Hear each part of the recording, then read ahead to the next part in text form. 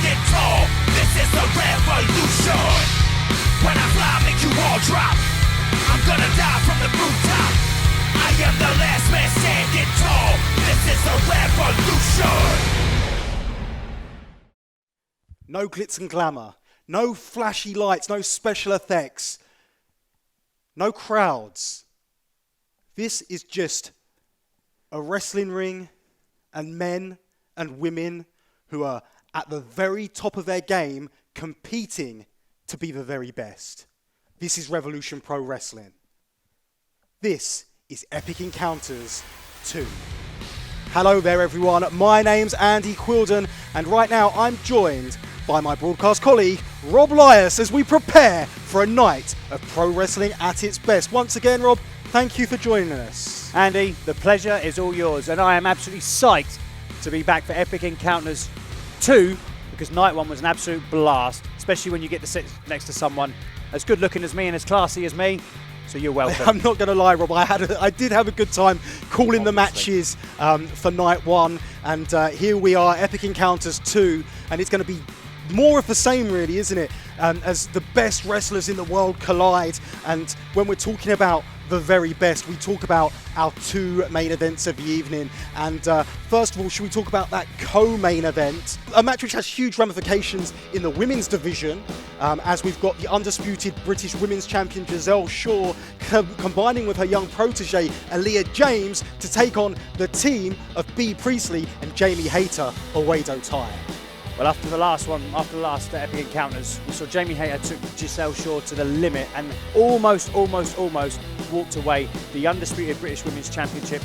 But her friend, her partner, her teammate, Bea Priestley, she took umbrage in the fact that she thinks Giselle Shaw's walking around with that smug look on her face.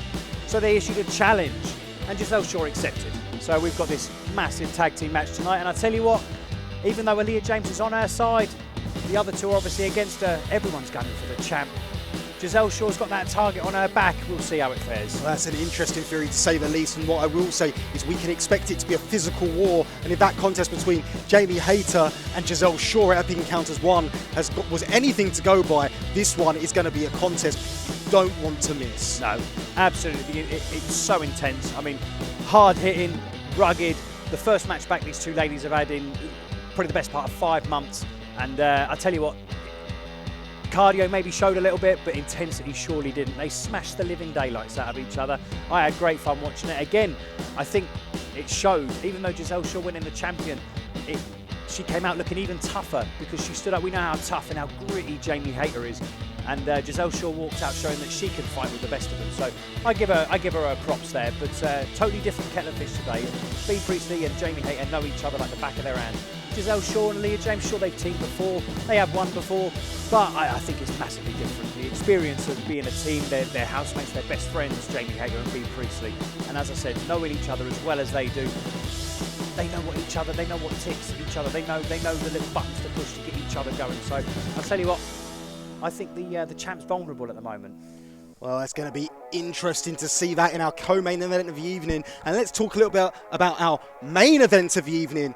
All the championships on the line. It's a Speed King Championship. It's the undisputed British Cruiserweight Championship. It's that championship unification match, which we've been talking about since last October. It's been a long time coming. And Rob, the environment we're in right now, it might not be the environment we expected this championship match to take place in, but it's certainly... I have absolutely no doubt that it's going to live up to all expectations, and it's not going to mean that either Michael Oku or Ricky Knight Jr. hold back one single inch. I don't think so. And after Epic Encounters 1, Ricky Knight Jr., his confidence, if it was up here before, it's through the roof now. He got that pinfall over the undisputed British heavyweight champion, and I think that shows where that boy is heading. He's straight to the top. And I think Michael Oku, he looked just half a step behind in that tag match, I'm not going to lie. And if he's half a step behind tonight, we know Ricky Knight Jr. is never, not even a minuscule of a step behind. He's always a step ahead of everyone else. And I'll be interested to see. My money is definitely on Ricky Knight Jr. tonight. I think the boy has literally got all the talent in the world, but not just that. He's got the cardiovascular conditioning. The guy is lightning, he's powerful, he's got it all going for him. So I hope Michael Oku steps up his game tonight, because I want to see a competition. I want to see who really deserves it. Well, you're putting your money on RKJ, and this will not be the first time that people have bet against Michael Oku. It won't be the last. It's what Michael Oku has really made a name for himself doing. He competes at the highest level against the very best, against people who really he has no right to be able to defeat at all, given his level of experience, given his size, etc., etc. But the one thing he has is he has heart, determination, guts and courage. He has it all in spades, and he's no doubt going to bring that into tonight's contest with Ricky Knight Jr. Certainly an intriguing clash between two of the very best, and I can't think of two more apt champions to really combine the two great lineages of those championships, one from Southside Wrestling, one from Revolution Pro Wrestling. We will have an undisputed and unified Cruiserweight champion tonight. Without further ado, let's take a look at the rest of the card, and let's get this show on the road. JJ Gale gets perhaps the toughest challenge of his young career when he goes one-on-one with Mark Haskins. Massive opportunity here for JJ Gale to show that he can take that step up, that he can make that leap forward against Mark Haskins, a member of the Legion, and I'm sure Gideon Gray will be keeping a close eye on this to make sure that his man Mark Haskins walks out the victor. The contenders, Brendan White and Kenneth Halfpenny, collide for a second time in these epic encounters. But Kenneth Halfpenny, he feels like he was embarrassed last time. He says that 9 times out of 10, 99 times out of 100, he would beat Brendan White. So I think that basically means tonight we're going to see Kenneth Halfpenny win. Can he back up his words? We shall see. A battle of the heavyweights when Dan Maloney goes one-on-one with returning Joel Redman. It's great to see Joel Redman back in Revolution Pro Wrestling with that opportunity that he probably feels like he deserves, and he's up against a man who is on an absolute tear in Dan Maloney. It's going to be a massively heavy-hitting contest, and one I'm very much looking forward to. If anyone can put a stop to Dan Maloney's tear at the moment, Joel Redman could very well be that ace in the hole. Undisputed British heavyweight champion Will Ospreay will be in singles non-title action when he goes one-on-one with his student Callum Newman. Well, Andy, this is the battle of the student against the teacher. Interesting contest. It'll be a massive challenge for Callum Newman. We shall see. Will Ospreay cherry picking his opponents for my liking, but I'm sure Callum Newman will be able to offer up some sort of challenge. Great one to watch this will be. Well, Ospreay says he needs a tune-up fight before he goes into that heavyweight championship clash against Kyle Fletcher, and I think he may get way more than that in form of the Prince of Pace. Of course, we've already discussed our co-main event, that tag team match between Awedo Tai, Giselle Shaw and Aaliyah James, and that unification match. The two main events are going to be huge, but right now, that's enough of talking. Let's get straight down to ringside with our first contest. Well, here we go. Epic Encounters 2 about to get underway, and what a match we have to kickstart things.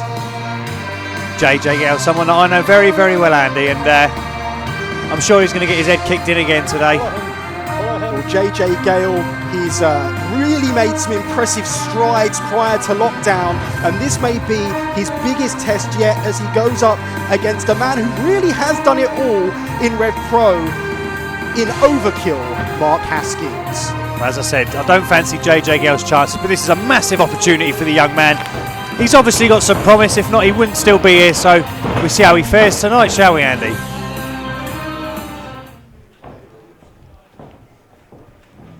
Hear the eerie sound of Haskins' music. We're going to hand you over to our broadcast colleague Stephanie Chase, who's going to give you a bit of a background on this match.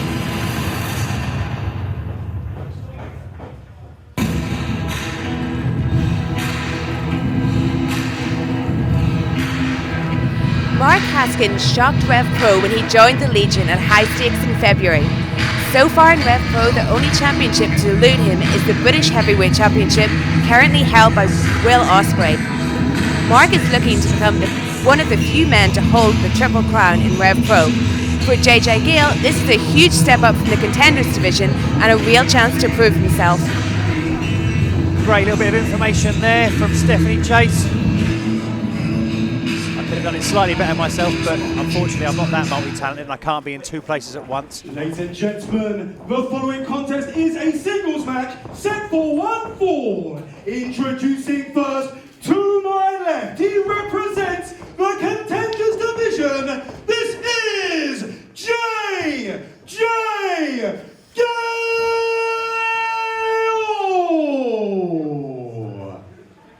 And his opponent to my right, representing the Legion. He is a former one-half of the undisputed British Tag Team Champions, a former British Cruiserweight Champion. This is the Preacher's Son, Mark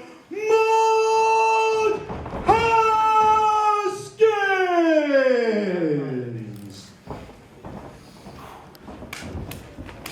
Ready? Okay, JJ Gale shaking in his boots. Look at him, he is scared to bits. Ready? All right, let's go. Ring the bell. Come on, Andy, hurry up. Come and sit down. Can't do this on my own all night. I'm not that good. Here we go then, JJ Gale and Mark Haskins jockeying the positions, and unsurprisingly it's Mark Haskins who's the earlier aggressor. So good on the mat, isn't he? He's really one of the most well-versed competitors in the whole of professional wrestling. This is what JJ Gale's going to have to learn. Haskins intense. He's like a rabid dog. He's not going to let go. I'm sure in JJ Gale, Mark Haskins sees a lot of himself. Mark Haskins, another one of those young veterans in the sport of professional wrestling. But Mark Haskins is also a man who's reinvented himself time after time after time. But you saw how close that was for JJ Gale walking away with a broken arm. He went to kick that arm away. Gale just moved it out of the way. I'm not even sure if he knew he moved it out of the way in the nick of time, but he did. He certainly knows now, doesn't he? He'd be knowing about it. He wasn't able to move it away in time. And as I was saying, Mark Haskins, he's really stylistically, he's evolved over time. But the thing that makes him a scary, scary prospect to anyone right now is the fact that really he's retained. So when he had a phase where he would be known as a high flyer, he's retained that high flying ability. He's been a striker. He's retained that striking ability. He's become a submission expert. He's retained that submission ability. Mark Haskins is an all-rounder, as all-round as they come, and he might be at his very best right now. And shoulders down. Go! And again, it came very close for being over for JJ Gale. It's more of a feeling out process, I think, Andy. I think Haskins knows that he knows JJ Gale's not going to give up that easily. See the way Haskins feinted the lock-up and went down with a single leg. Nice technique from Overkill, the veteran. And this is really the type of match that JJ Gale needs, isn't it, if he's going to progress his career here in Red Pro. I mean, he's already had some career-defining matches against yours truly at the cockpit, and they didn't fare very well for him. So he's obviously going to have to show us what sort of steel he's made of. I believe he holds a victory over me, doesn't he, Rob? As you see a roll up there, and I think... Tainted victory, Andy. Well, as you like to say, a win is a win is a win. And really, I think that something that you can attest to is the fact that JJ Gale is the real deal when it comes to professional wrestling. Oh, he's getting there, Andy, I will admit. The boy's got talent. He's obviously in great shape. Every time we see him, the boy's looking better and better. But still doesn't scare someone like myself or someone like Skins from smacking the taste out of his mouth. I'd be surprised to see Gideon Gray give him whatnot as well. He's on the outside there, obviously accompanying Haskins to the ring. But what I think is important to realise there is JJ Gale is not going to be bullied by Mark Haskins.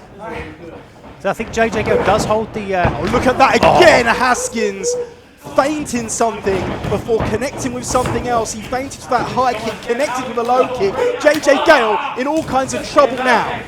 And now Haskins looking to knot up that leg and straight to the hamstring. We know Mark Haskins likes to use that sharpshooter. So he's going to be targeting the legs of JJ Gale. Well, we saw him target the arm earlier, Andy. Now he's targeting the leg. I think Haskins will use the sharpshooter. We know he likes to use the arm bar as well. So he will target every body part possible to give him every possible chance of winning this match. And this is what we mean about Mark Haskins being an all-rounder. But look how quick JJ Gale is, as quick as a cat. Bolts into the ring. Can he pick up the pace, favouring that leg?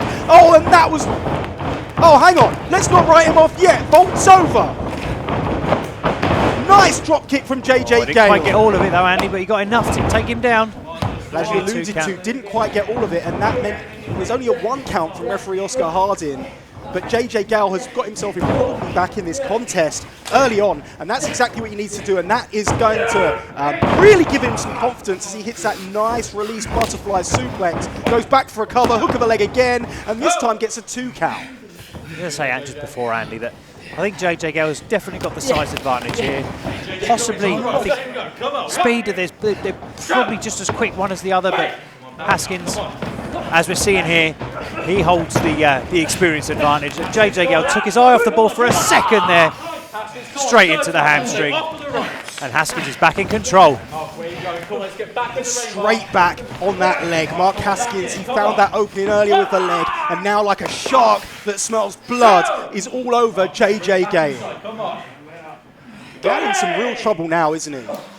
And you see the welt starting to appear across his chest. And oh, that was a nasty landing on the hard concrete floor. Get back inside, come on. There's some mats on the outside of the ring, but they're not padded. They're there for sanitization purposes, opposed for protective purposes. Yeah, but they're still rock hard. There is concrete underneath that. There is absolutely no give. Those mats, they're not soft. They're those hard rubber ones that, as you say, are just there for easy cleaning. And look at that, oh my goodness, both knees across the outside of the ring, and JJ Gale with a thud lands on the outside, and Gale is in all kinds of trouble right now, and this is the exact start to the resumption of his career in Revolution Pro Wrestling that Mark Haskins would be looking for.